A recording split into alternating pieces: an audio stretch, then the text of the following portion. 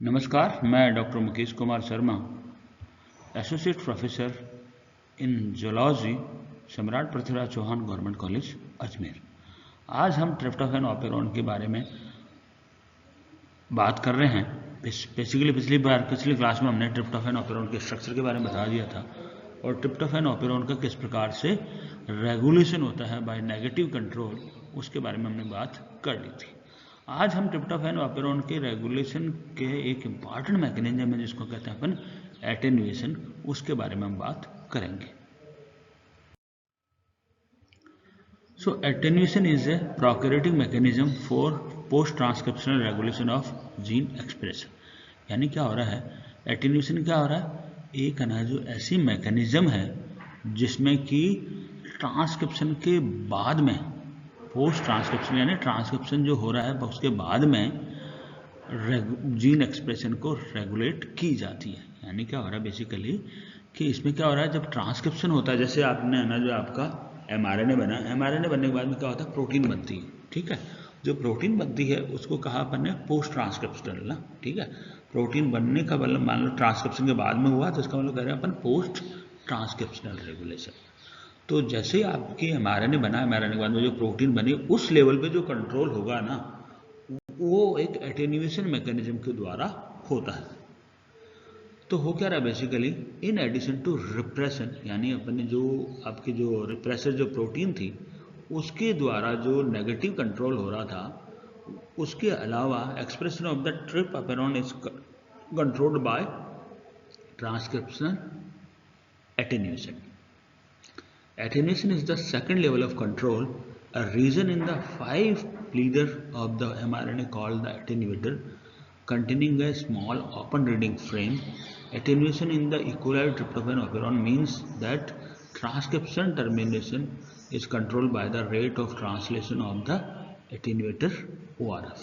होता क्या बेसिकली कि जो आपका जो ट्रिप्टोफैन ऑपेरोन है उसमें क्या हो रहा है, रिप्रेशन के अलावा एक ट्रांसक्रिप्शन एटेन्यूएशन के द्वारा भी उसके जीन एक्सप्रेशन कंट्रोल होता है।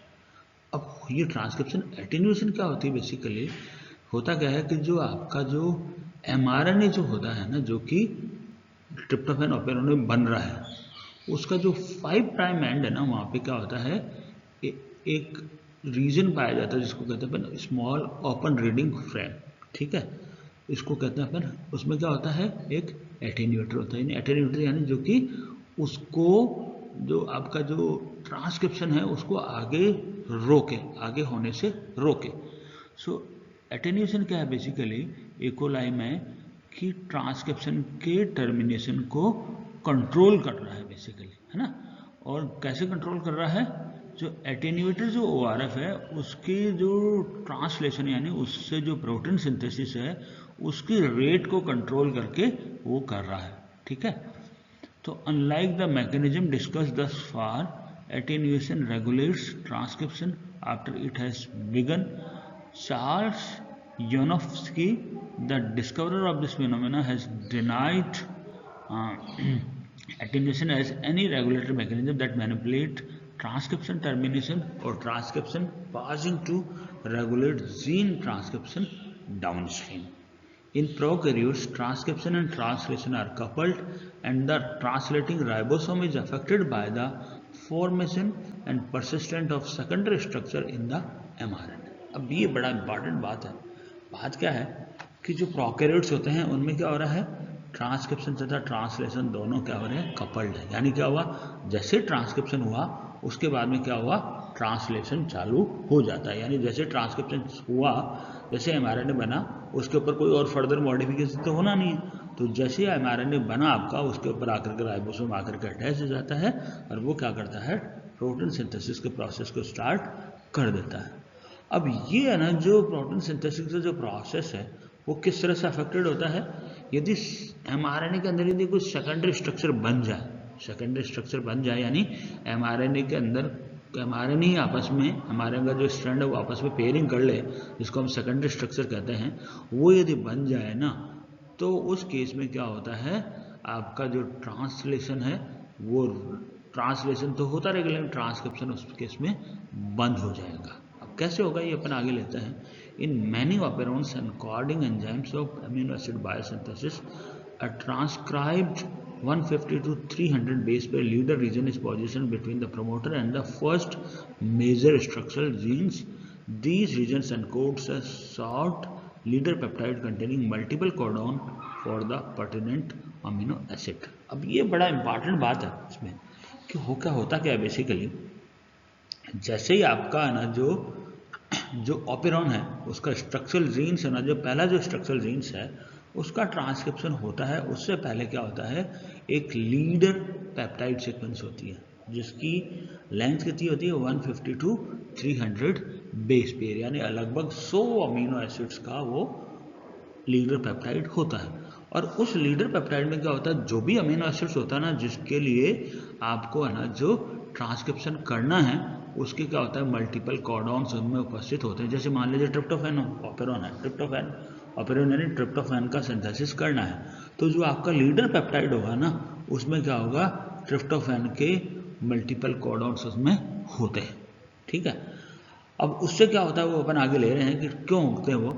For example the leader peptide of leucine operon has 4 leucine codons, the tryptophan operon has 2 tandem tryptophan codon and so fourth. जैसे अपन एग्जाम्पल लिया ल्यूसीन जो ऑपेरॉन है उसमें क्या है 4 ल्यूसीन कोडॉन्स है और ट्रिप्टोफैन ऑपेरॉन है उसमें 2 ट्रिप्टोफैन कोडॉन्स उसमें उपस्थित होते हैं. तो translation of these codons depends on an adequate supply of the relevant amino acid transfer RNA which in turn rest on the availability of the amino acids. अब ये बड़ी इंपॉर्टेंट बात है कि यदि मान लीजिए आपका वो अमीनो एसिड्स मौजूद है, अमीनो एसिड यदि मौजूद है तो क्या होगा उस अमीनो एसिड का सिंथेसिस की आवश्यकता नहीं है. तो उस केस में क्या होगा जो अमीनो एसिड टीआरएनए जो है वो उस पर्टिकुलर अमीनो एसिड्स को लेकर के आ जाएगा और प्रोटीन सिंथेसिस का प्रोसेस चालू रहेगा. यानी आगे जितने भी लीडर जो पेप्टाइड में जो अमीनो एसिड्स हैं वो आगे से आगे जुड़ते हुए जाएंगे. ये ट्रिप्टोफैन में जुड़ जाएगा और आगे से आगे अमीनो एसिड्स जुड़ते हुए चले जाएंगे. अब यदि ट्रिप्टोफैन नहीं है तो क्या होगा आपका जो ट्रांसफर आरएनए है वो उसी जगह पे ही रुक जाएगा. क्यों? क्योंकि उसको है ना जो राइबोसोम भी उसी जगह रुक जाएगा, स्टॉल्ड हो जाएगा क्योंकि उसको ट्रिप्टोफैन अमीनो एसिड नहीं मिल रहा. अब जैसे ट्रिप्टोफैन अमीनो एसिड मिलेगा तब वो आगे बढ़ेगा. तो आगे बढ़ेगा, इससे क्या होगा यदि आगे बढ़ेगा तो एक अलग तरह की सेकेंडरी स्ट्रक्चर बनती है और यदि आगे नहीं बढ़ेगा तो एक अलग प्रकार की सेकेंडरी स्ट्रक्चर बनती है. उसी से ही क्या होता है आपका ट्रांसक्रिप्शन का टर्मिनेशन उससे ही होता है. ठीक है, अब ये कैसे होता है ये अपन आगे ले रहे हैं. बेसिकली क्या हो रहा है अपन यदि इसको समराइज वे में लें तो बेसिकली जो भी अमीनो एसिड का सिंथेसिस करने वाले जो ऑपेरॉन्स होते हैं उनमें क्या होता है एक लीडर पेप्टाइड वाली सीक्वेंस होती है जिसकी लेंथ लगभग 150 से लेकर के 300 बेस पेयर है ना जो उसकी लेंथ होती है. ठीक है, और उसमें उस पर्टिकुलर अमीनो एसिड को सिंथेसिस करने के लिए मल्टीपल कोडॉन्स उनमें उपस्थित होते हैं. जैसे कि ल्यूसीन ऑपेरॉन के केस में क्या होता है 4 ल्यूसीन कोडॉन्स होते हैं और ट्रिप्टोफैन ऑपेरॉन के केस में 2 ट्रिप्टोफैन कोडॉन्स होते हैं. और वो जो कोडॉन्स हैं वो क्या कर रहे हैं कि वो जैसे मान लीजिए ट्रिप्टोफैन है तो ट्रिप्टोफैन अमीनो एसिड को लेकर के आएगा कौन अमीनो एसिड टीआरएनए. और यदि मान लीजिए नहीं है तो आपका ना जो राइबोसोम वहीं की वहीं रुक जाएगा. ठीक है, अब इससे है ना जो सेकेंडरी स्ट्रक्चर बनती है वो है ना जो सेकेंडरी स्ट्रक्चर टर्मिनेशन को होना है या नहीं होना उसको वो कंट्रोल करती है. When tryptophan is scarce, the entire tryptophan operon from tryptophan leader to tryptophan A is transcribed to give a polycistronic mRNA. But as trip increases, more and more of the tryptophan transcripts consist of only a 140 nucleotide fragment corresponding to the 59 end of tryptophan leader sequences. Tryptophan availability is causing premature termination of tryptophan transcription, that is transcription attenuation.